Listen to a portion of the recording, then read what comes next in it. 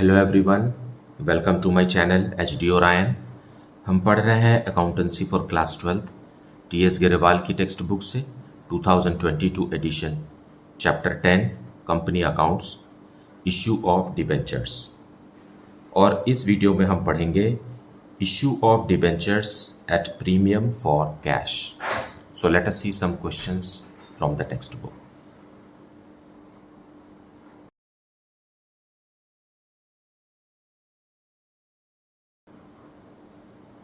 So we will see question number 4.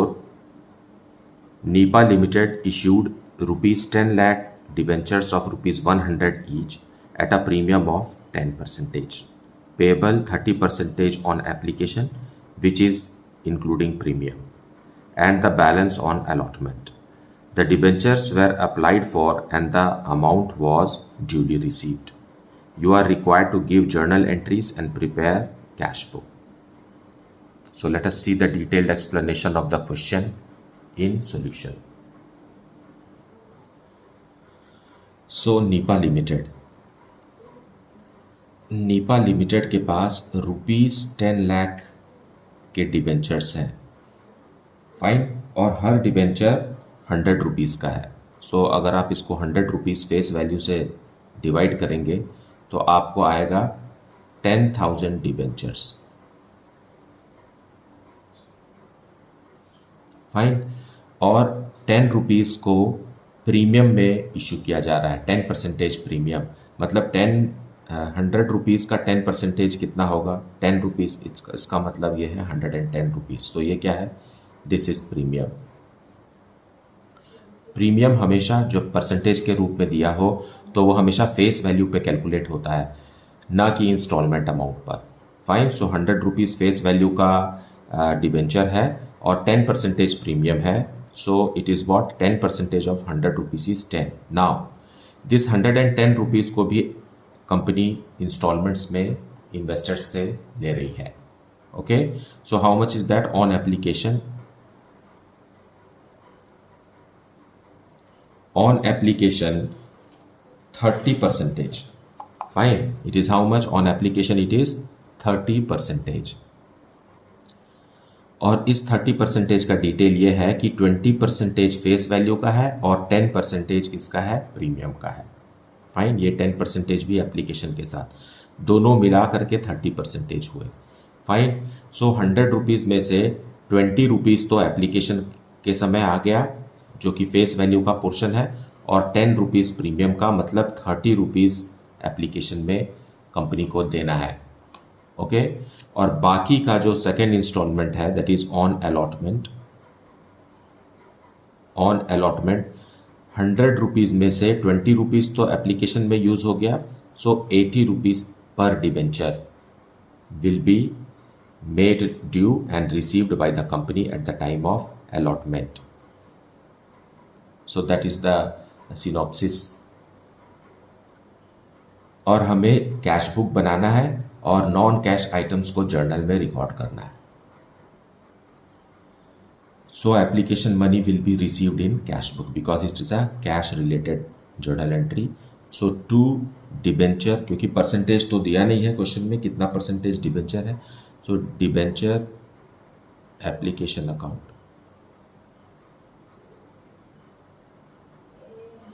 10,000 debentures हैं और application में हमें ₹30 पर डिबेंचर चाहिए। So it is ₹3 lakh.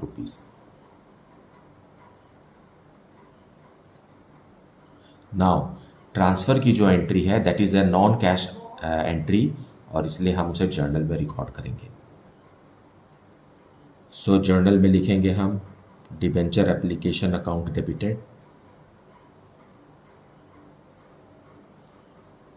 हमें ₹3 लाख मिला है और इसे हम ट्रांसफ़र करेंगे डिबेंचर अकाउंट में। लेकिन 10,000 डिबेंचर्स का ₹20 ही हम डिबेंचर अकाउंट में ट्रांसफ़र करेंगे, दैट इज़ ₹2 लाख, और बाकी जो है वो सिक्योरिटीज़ प्रीमियम है।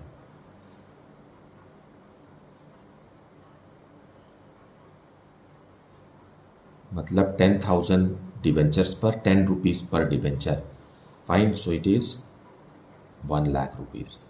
being amount transferred.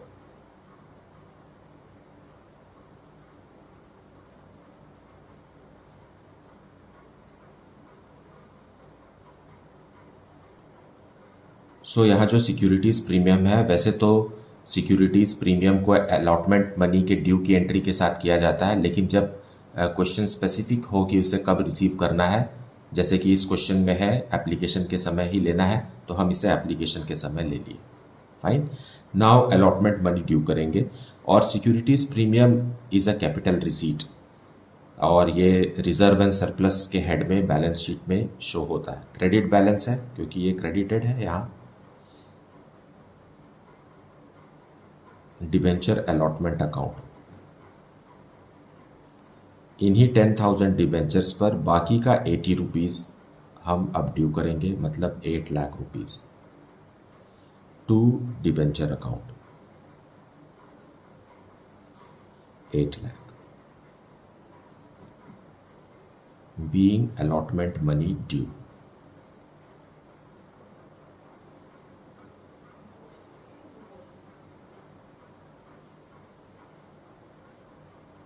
सो जर्नल एंट्रीज में यही दो एंट्री की जाएगी, और इस अलॉटमेंट मनी को जो हमने यहाँ ड्यू किया है, इसे हम कैश बुक में रिसीव कर लेंगे.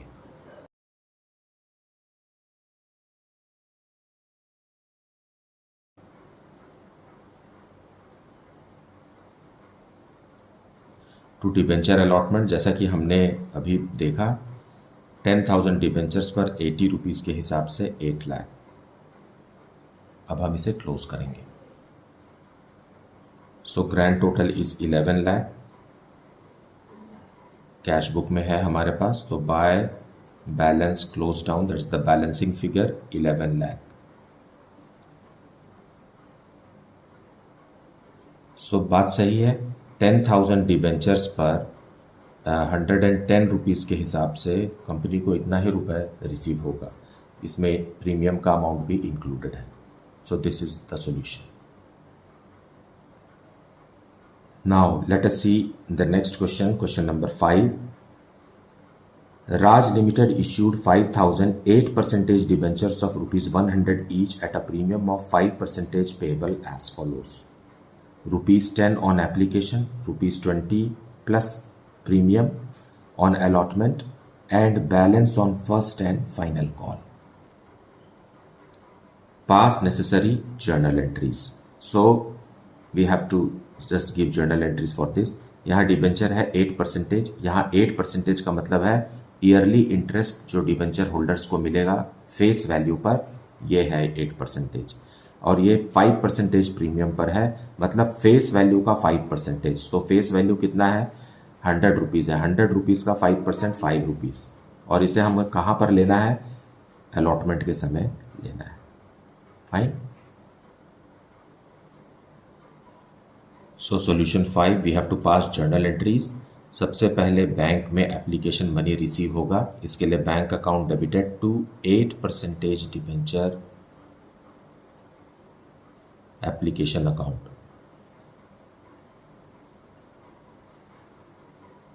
And we are having 5,000 debentures, और एप्लीकेशन मनी है 10 रुपीज़ पर debenture. So 50,000 rupees is received, being application money received.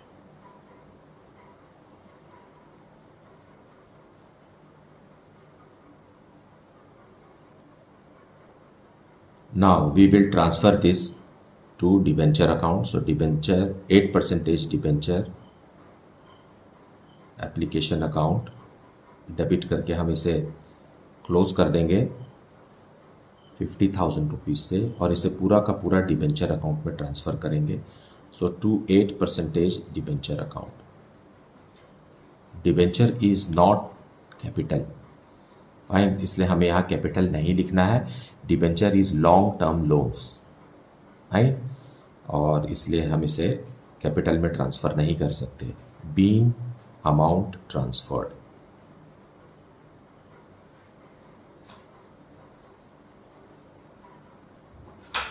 Now allotment money will be made due. So 8% debenture allotment.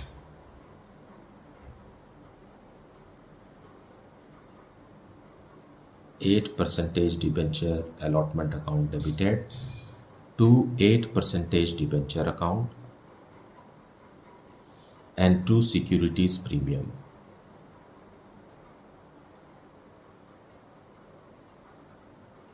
Fine. हमारे पास है कितने? 5000 डिबेंचर्स हैं and allotment money is ₹2, not ₹2, ₹20 plus premium. So हम ₹25 से allotment money due करेंगे क्योंकि question में लिखा हुआ है अलॉटमेंट ₹20 प्लस प्रीमियम. सो 5% प्रीमियम है. ₹100 का 5% ₹5 होता है.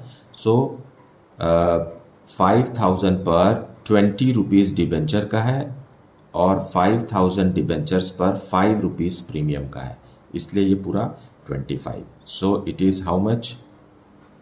1 लाख डिबेंचर अकाउंट में ट्रांसफ़र होगा and 25,000 will be transferred to securities premium. इस तरीके से 1,25,000 rupees is due on allotment. Being allotment money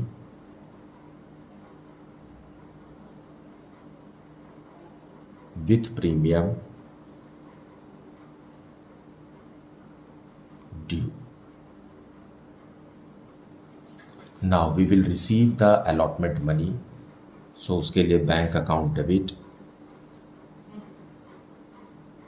to 8% debenture account.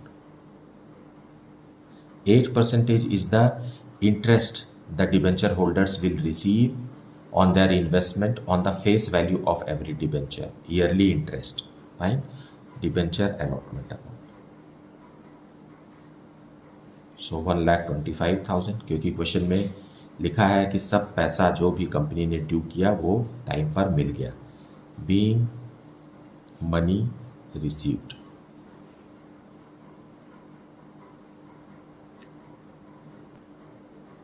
Now first call will be made due. So first is the final call also. So 8% debentures, first and final call.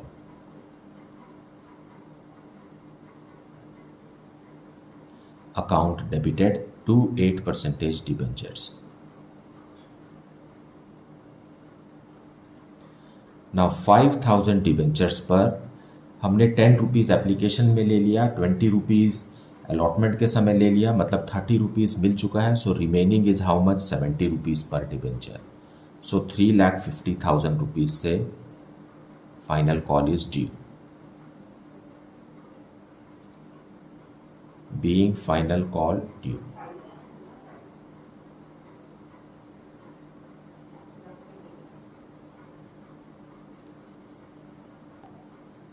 Okay, so now we will receive it. Simple. Bank account debited to 8% debentures. First and final call.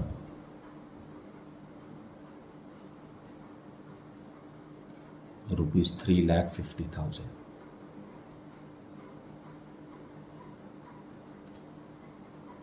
Being amount received.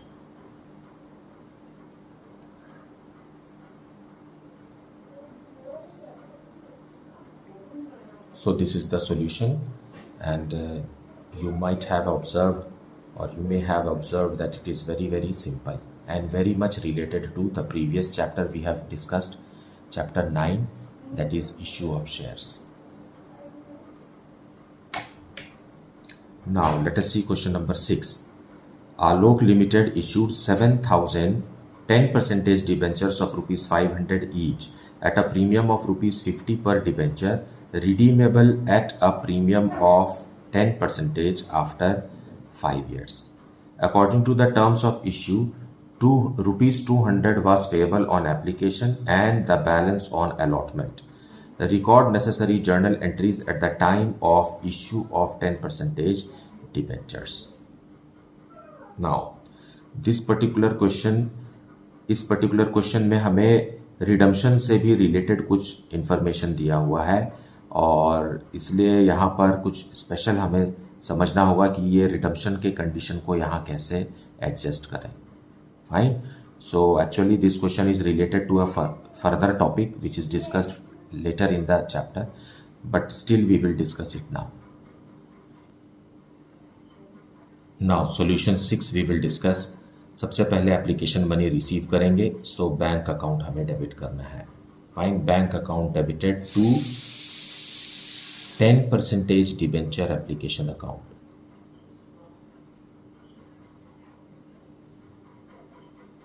Ten percentage debenture application account में हमारे पास है कितने debentures? 7,000 debentures हैं और हर debenture 500 rupees का है. Fine. Face value of debenture is 500 rupees और 500 रुपीज़ में से 200 रुपीज़ एप्लीकेशन के साथ लिया जा रहा है. So the money is rupees 14 lakh.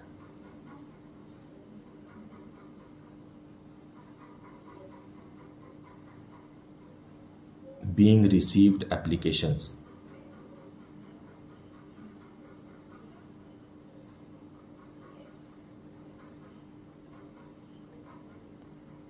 अब हम इसे ट्रांसफ़र करेंगे. सो ट्रांसफ़र की एंट्री है 10% debenture application account debited to 10% debenture account. Fine. 14 lakh.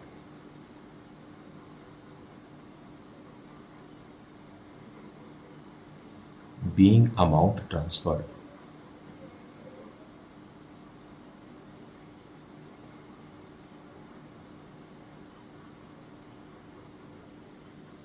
Now अब अलॉटमेंट मनी ड्यू करेंगे हम.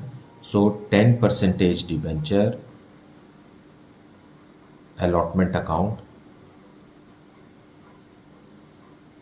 debited to 10% debenture account. Fine. हमारे पास 7,000 डिबेंचर्स हैं और 200 रुपीज़ हम एप्लीकेशन के समय ले चुके हैं. सो 7,000 डिबेंचर्स पर बाकी का 300 रुपीज़ कहाँ ट्रांसफ़र होगा? डिबेंचर में ट्रांसफ़र होगा. फाइन. और ड्यू भी हमें इतना ही अमाउंट को करना है. लेकिन एक और ख़ास बात है इस क्वेश्चन में, वो है condition related to redemption of debenture. Redemption of debenture का मतलब होता है कि जब प्रिंसिपल इन्वेस्टर को वापस किया जाता है, क्योंकि debenture is a long term loan का एक अवधि होता है, एक पीरियड होता है, उसके बाद लोन का अमाउंट वापस करना होता है. तो जो कुछ भी इन्वेस्टमेंट डिबेंचर होल्डर करता है कंपनी को, एक समय के बाद कंपनी उसे वापस करती है, तो उस समय का भी कुछ कंडीशन रहता है कि हम आपको पैसा प्रीमियम के साथ लौटाएंगे या डिस्काउंट में लौटाएंगे या फिर पार में लौटाएंगे. तो इस क्वेश्चन में क्या दिया हुआ है कि कंपनी जो भी पैसा रिसीव कर रही है उसको 10% प्रीमियम के साथ कंपनी वापस कर रही है. सो ये जो 10% प्रीमियम है उसे भी हमें इशू के समय ही एडजस्ट करना होता है. हालांकि ये क्वेश्चन अभी नहीं पूछा जाना चाहिए था, ये क्वेश्चन नंबर 31 ऑनवर्ड्स ये डिस्कस हो रहा है, बट ये क्वेश्चन आ गया है तो मैं इसे यहाँ ही डिस्कस कर दे रहा हूँ. So there is a condition related to redemption of debenture. Redemption मतलब पैसा वापस करते समय कंपनी 10% प्रीमियम दे रही है, तो उसे हम क्या लिखेंगे? To premium on redemption. Premium on redemption. Fine. ये प्रीमियम ऑन रिडम्पशन कितना है? 7,000 शेयर्स पर 50 रुपीज़ पर डिबेंचर है. फाइन. उसे हम यहाँ लिखेंगे प्रीमियम ऑन रिडम्पशन. 50 रुपीज़ क्यों? क्योंकि 10% प्रीमियम के साथ कंपनी वापस करने वाली है. फाइन. सो 500 रुपीज़ का 10% 50 रुपीज़ है. और क्वेश्चन में ओरिजिनली भी ये इश्यू हुआ है प्रीमियम पर, तो वो भी हम क्रेडिट करेंगे. सो सिक्योरिटीज प्रीमियम लिखेंगे इसके लिए.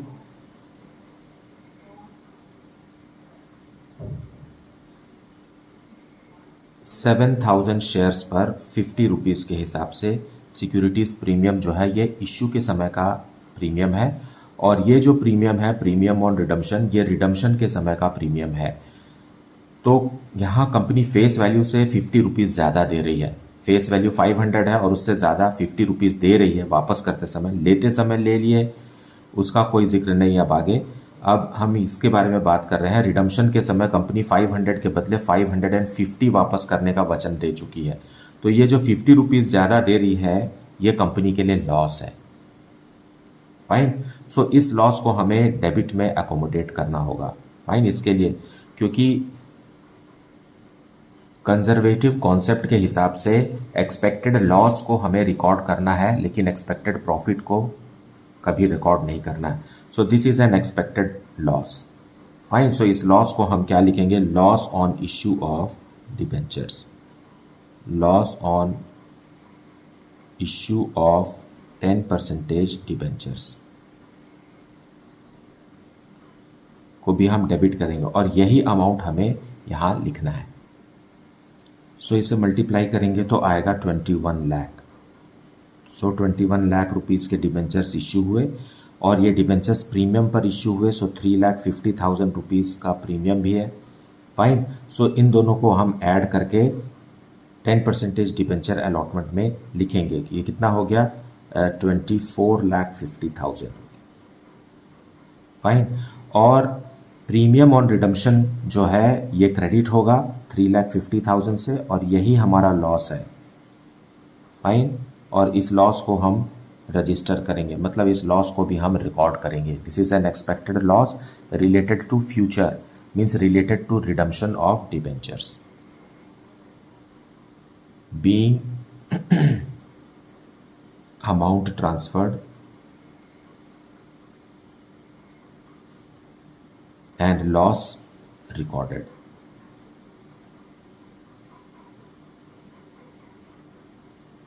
अब हम अमाउंट रिसीव करेंगे। सो जो अमाउंट ड्यू है अलॉटमेंट के नाम से, कितना ड्यू है? 24,50,000। यही अमाउंट बैंक में रिसीव करेंगे। Fine. So for that bank account will be debited. So bank account debited to 10% debenture allotment account.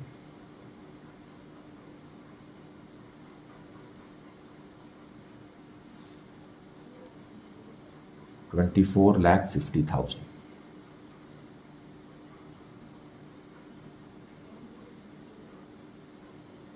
being allotment money received.